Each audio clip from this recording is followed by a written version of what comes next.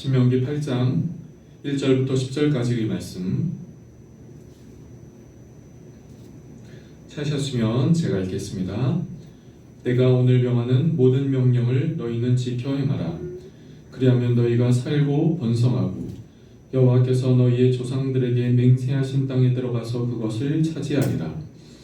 네 하나님 여호와께서 이 40년 동안에 네게 광야길을 걷게 하신 것을 기억하라. 이는 너를 낮추시며 너를 시험하사 네 마음이 어떠한지 그 명령을 지키는지 지키지 않는지 알려 하심이라. 너를 낮추시며 너를 줄이게 하시며 또 너도 알지 못하며 네 조상들도 알지 못하던 만나를 네게 먹이신 것은 사람이 떡으로만 사는 것이 아니요 여호와 입에서 나오는 모든 말씀으로 사는 줄을 네가 알게 하려 하심이니라. 이 40년 동안에 네 의복이 헤어지지 아니하였고 네 발이 부르트지 아니하였느니라. 너는 사람이 그 아들을 징계함 같이 네 하나님 여호와께서 너를 징계하시는 줄 마음에 생각하고 네 하나님 여호와의 명령을 지켜 그의 길을 따라가며 그를 경외할지니라. 네 하나님 여호와께서 너를 아름다운 땅에 이르게 하시나니 그곳은 골짜기든지 산지든지 시내와 분천과 샘이 흐르고 밀과 보리의 소산지요 포도와 무화과와 석류와 감람나무와 꿀의 소산지라.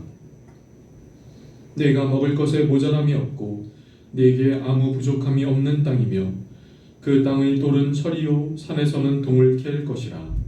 네가 먹어서 배부르고 네 하나님 여호와께서 옥토를 네게 주셨으므로 말미암아 그를 찬송하리라. 아멘.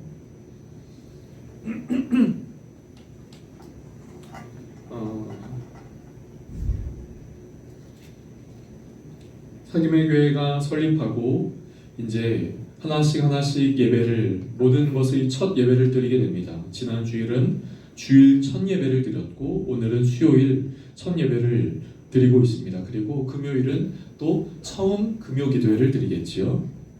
또 이번 주 그리고 다음 주까지 마치게 되면 이제 그 다음 주에는 새벽 기도회도 이제 시작을 하게 됩니다. 그런데 각각의 예배를 제 생각에는 어떤 포맷으로 준비를 할까, 어떤 포맷으로 진행을 할까 생각을 하다가 주일은 누가 오든 상관없이 대중적으로 함께 말씀을 나눌 수 있는 그런 것으로 말씀을 좀 나누되 수요일과 금요일은 각각의 특성을 갖고 좀 말씀을 나누고자 합니다. 금요일은 금요 성령 기도회 혹은 금요 성령 집회인 만큼 좀 성령 혹은 기도와 관련된 것을 말씀을 나눈다면 오늘 이 수요일은 저는 이 수요일은 하나님의 사람들이 믿음으로 걸어가야 할 그 모습에 대하여 그리고 그 믿음에 대하여 함께 좀 말씀을 연속하여서 말씀을 나누려고 합니다. 특별히 하나님의 사람들이 이 땅 가운데 살아갈 때 어떤 모습과 어떤 마음으로 살아가야 하는가 하는 것이죠. 저는 그것을 사회적인 용어로 표현하면 리더십이요, 또 그것을 기독교 안에 있는 단어로 표현하면 그것을 영성이라고 하는 단어로 표현을 하려고 합니다. 하나님의 사람들이 이 땅 가운데서 어떻게 살아야 하는가, 하나님의 사람들이 이 광야와 같은 이 시간 속에, 이 시대 속에 어떻게 살아야 하는가. 저는 그래서 그것을 가장 잘 표현하고 있는 것이 성경 한 권 한 권마다 그것을 다 말하고 있지만 그 중에 가장 잘 표현하고 있는 것이 바로 출애굽기라고 생각합니다. 출애굽기는 애굽에 있는 이스라엘 백성들이 가나안 땅에 들어가기까지의 그 여정을 담고 있습니다. 그런데 그 여정을 담고 있는 그 시간을 담고 있는 그 여정의 시간 가운데 이스라엘 백성들은 바뀌어갑니다. 변화되어 갑니다. 그들의 삶은 애굽의 종과 같은 그런 생각들, 그런 마음들을 갖고 있던 그들이 이제는 가나안 땅에 들어갈 때 하나님의 진정한 백성, 선택받은 백성, 거룩한 백성, 그 선민으로서 그 모습을 갖게 됩니다. 물론 그 40년 동안 실수도 있고 또 하나님 앞에 죄도 짓고 하나님 앞에 징계도 받습니다. 그런데 그렇게 하면서 그들의 심령이, 그들의 생각이, 그들의 마음의 중심이, 그들의 믿음이 바뀌어 왔던 것이지요. 특별히 출애굽기는 광야에서의 40년이지요. 그런데 그 광야에 대해서 가장 잘 표현하고 있는 것이 출애굽기 8장 말씀입니다. 오늘 저와 여러분이 읽은 그 8장 1절부터 10절까지의 말씀인 것이죠. 하나님의 사람들에게는 광야라는 것이 있습니다. 광야라는 것이 있습니다.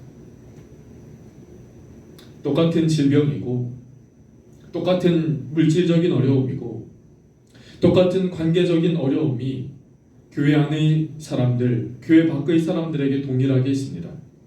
그런데 하나님은 하나님의 사람들이 똑같이 보이는 그 삶의 문제가 찾아온다 할지라도 그것을 통하여 그 사람의 그 마음과 생각이 바뀌게 되기를 원하시지요. 성경은 그것을 가리켜 광야의 학교다라고 이야기를 합니다. 혹은 광야다라고 이야기를 합니다. 이 광야의 학교 혹은 광야는 하나님이 하나님의 사람들을 길러내는 곳입니다. 하나님이 하나님의 사람들을 훈련하는 장소이지요.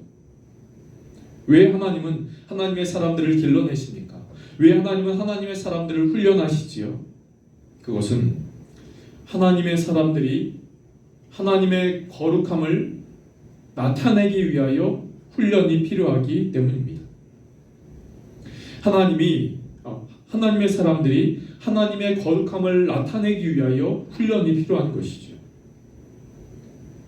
하나님의 사람들이 하나님의 거룩함을 나타내기 위해선 내 안의 불순물을 제거하는 재련의 시간이 필요합니다. 또 어떤 분은 이렇게 이야기를 하세요. 하나님의 사람들이 하나님의 거룩함을 나타내기 위하여 하나님의 사람들의 자아가 죽어야 한다고요. 오늘 함께 찬양한 네 번째 찬양, 주가 보이신 생명의 길, 이것은 욥기의 말씀을 바탕으로 합니다. 그리고 그 욥기의 말씀에 이런 것이 있지요. 나의 길을 오직 그가 아시나니 나를 단련하신 후에 내가 정금과 같이 나오리라. 그가 나를 단련하신 후에, 그가 나를 훈련하신 후에 그때 내가 정금과 같이 변화되고 정금과 같이 바뀌고 정금과 같이 변화되어서 내가 하나님의 사람으로 바로 서 하나님의 거룩함을 드러내는 삶이 그 사람이 될 수 있다 하는 것이지요. 여러분, 하나님의 사람은 믿음의 사람입니다. 하나님의 사람이란 곧 믿음의 사람이지요. 믿음의 사람은 이 시대 속에서, 악하고 어두운 이 시대 속에서 믿음을 갖고 살아가야 합니다. 그런데 악하고 어두운 이 시대 속에서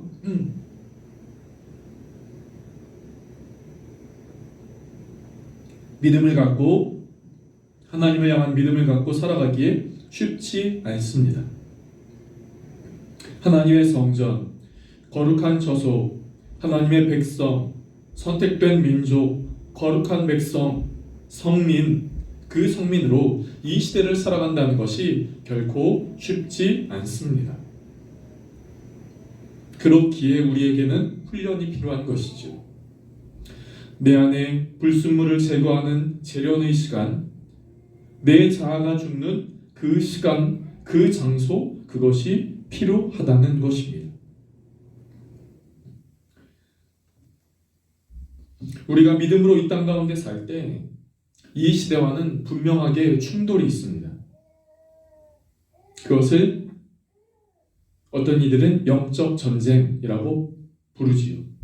나는 하나님을 믿고 하나님의 말씀에 기록된 하나님의 말씀의 그 말씀대로 살고자 하는데, 세상은 하나님의 말씀을 무시하고 하나님의 말씀을 따르지 않고 자기의 만족대로 이 세상의 가치대로 살기에, 그렇게 살아가는, 믿음으로 살아가는 나와 이 시대의 가치관이 불가피하게 충돌할 수밖에 없다는 것이지요.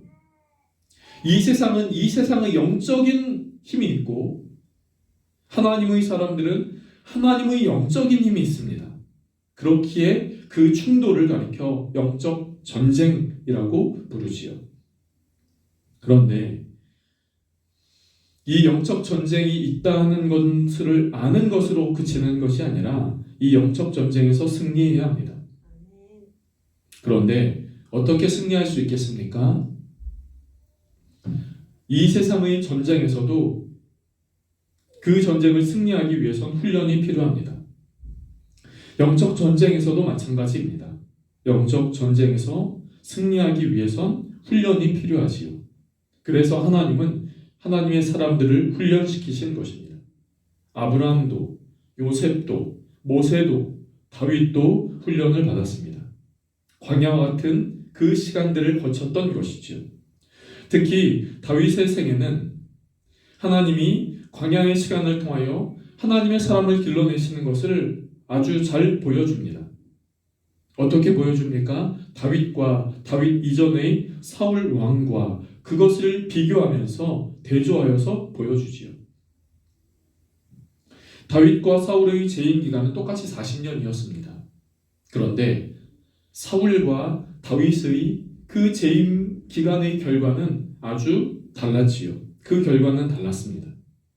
이후 이스라엘 민족의 역사에서 사울을 왕은 잊혀진 존재요, 하나님께 버림받은 왕이라고 기억하고 있지만 다윗은 많은 사람들이 존경하고 또 믿음의 길을 함께 따라가고자 하는 그 본을 보여준 이로 생각하고 있고, 역사적으로는 지금도 이스라엘 나라의 국기의 별을 상징하는 존재가 되었습니다. 그만큼 존경받는 왕이었다는 것이죠. 여러분, 사울도 하나님이 택하셨습니다. 다윗도 하나님이 택하셨습니다. 그런데 왜 이렇게 달라진 것일까요? 여러분, 왜 이렇게 달라진 것일까요? 사울도 하나님이 택하셨습니다. 다윗도 하나님이 택하셨습니다. 그런데 왜 이렇게 극명하게 달라진 결과를 볼 수밖에 없었던 것일까요? 많은 이들은 이야기를 합니다. 사울은 하나님 앞에서 다룸심을 받고 훈련받는 광야의 시간이 없었다고요.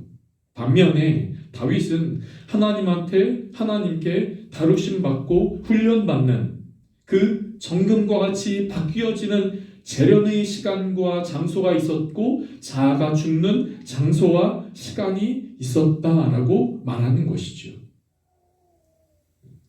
성경에 보면 사울은 하나님께서 택하심을 받은 이후 왕으로 세움받았던 본격적인 왕으로서의 재임 기간은 그가 기름 부음을 받은 이후 약 1년의 시간이 지난 때였습니다. 그런데 다윗은 그의 나이 10대 후반에 하나님께 기름 부음을 받고 그가 왕이 되기까지 10수년간 하나님 앞에서 다루심의 시간을 보냈지요. 특히 그가 왕이로서 즉위하기 전 그 10수년간의 시간은 사울 왕으로부터, 사울 왕의 무수한 공격으로부터, 광야에서 수풀에서 다윗은 훈련을 받았습니다. 때로는 미친 척했고, 때로는 그 당시 율법을 어쩔 수 없이 범했던 그런 모습, 그런 기억들도, 그런 시간들도 있었습니다. 그런데 그때에도 다윗은 하나님의 말씀을 끝까지 붙잡고 지켰지요. 그렇게 살아낸 그 시간들을 다윗은 시편에 기록하고 있는 것입니다. 때로는 기뻤고, 때로는 힘들었고, 때로는 서글펐고 고난이었고 했던 그 모든 시간들을 시편에 기록했던 그 다윗의 시편을 보면서 동일하게 광야와 같은 이 때를 살아가고 하나님의 다루심을 받는 그 사람들의 마음 가운데 그 시편이 위로가 되었던 것이죠.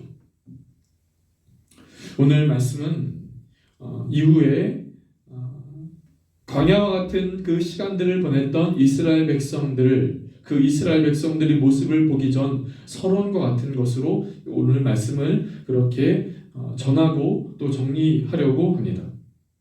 오늘 말씀을 정리하겠습니다. 사랑하는 성도 여러분, 하나님은 우리의 삶을 향한 하나님의 계획을 갖고 계십니다.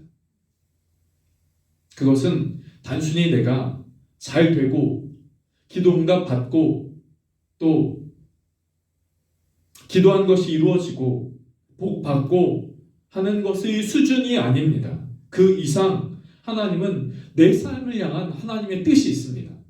그래서 이 땅 가운데 하나님의 뜻을 실천하고 나타나는 하나님의 사람으로 세우기를 원하시지요. 주기도문의 그 기도처럼 하늘의 뜻이 이 땅 가운데 이루어지기를 원한다는 그 예수님의 그 주님 가르쳐 주신 기도처럼요. 우리의 삶을 향한 하나님의 뜻하심이 있습니다. 그런데 우리가 단순하게 적당하게 살고 그치는 것이 아니라 우리의 삶을 향한 하나님의 뜻하심이 있다는 것을 믿는다면 여러분 이것도 우리는 기억해야 하겠습니다. 그렇게 살아갈, 그렇게 하나님의 뜻을 이 땅 가운데 실현할 그 사람에게는 광야와 같은 시간들이 있다고요. 훈련하는 그 시간들이 있다고요. 재련하는 시간과 장소가 있다고요. 아마 이 말씀을 전하는 저 역시 그렇게 재련의 시간, 장소, 광야와 같은 훈련과 그 시간을 보내고 있을 것입니다. 아니, 있는 것 같습니다. 있다고 생각합니다. 그런데 중요한 것이 있습니다. 그 훈련을 감당하고 통과할 때 하나님은 정말로 바로 그 사람에게 그 광야의 학교, 그 광야의 시간을 통과한 그 사람 가운데 하늘의 복을 허락하여 주시고 또 바로 그 사람에게 하늘의 뜻을 이 땅 가운데 실현하는 기쁨과 그 은혜를 맛보도록 하실 것입니다. 사랑하는 성도 여러분, 하나님은 우리의 삶에 광야를 허락하십니다. 여러분, 내 삶 가운데 하나님의 뜻대로 살고 싶은데 왜 이렇게 힘드냐라고 생각되는 그런 생각을 갖고 계신 분이 계십니까? 하나님의 뜻대로 하나님의 말씀대로 순종하며 살고자 하는데 내 삶 가운데 잘 되는 일이 지금 당장 일어나지 않는다고 생각하십니까? 그렇다면 저는 여러분에게 이렇게 말씀을 드리고 싶습니다. 바로 그때는 광야의 때입니다. 그렇기에 거기서 멈추지 마십시오. 거기서 멈추지 말고 거기서 조금 더 힘을 내요. 한 걸음 더 나아가는 은혜와 능력이 여러분 가운데 있게 되기를 바랍니다. 그렇게 할 때 그렇게 한 걸음 조금씩 뚜벅뚜벅 나아갈 때 언젠가는 하나님은 그 학교의 졸업 시기가 있는 것처럼 광야의 학교에도 졸업이 있고 그 광야의 학교의 졸업을 통하여 저와 여러분은 하늘의 복이 그리고 그 뜻을 이루어가는 기쁨과 은혜를 허락하실 것입니다. 그런 거룩한 결단이 저와 여러분 가운데 있게 되어지기를 간절하게 바랍니다.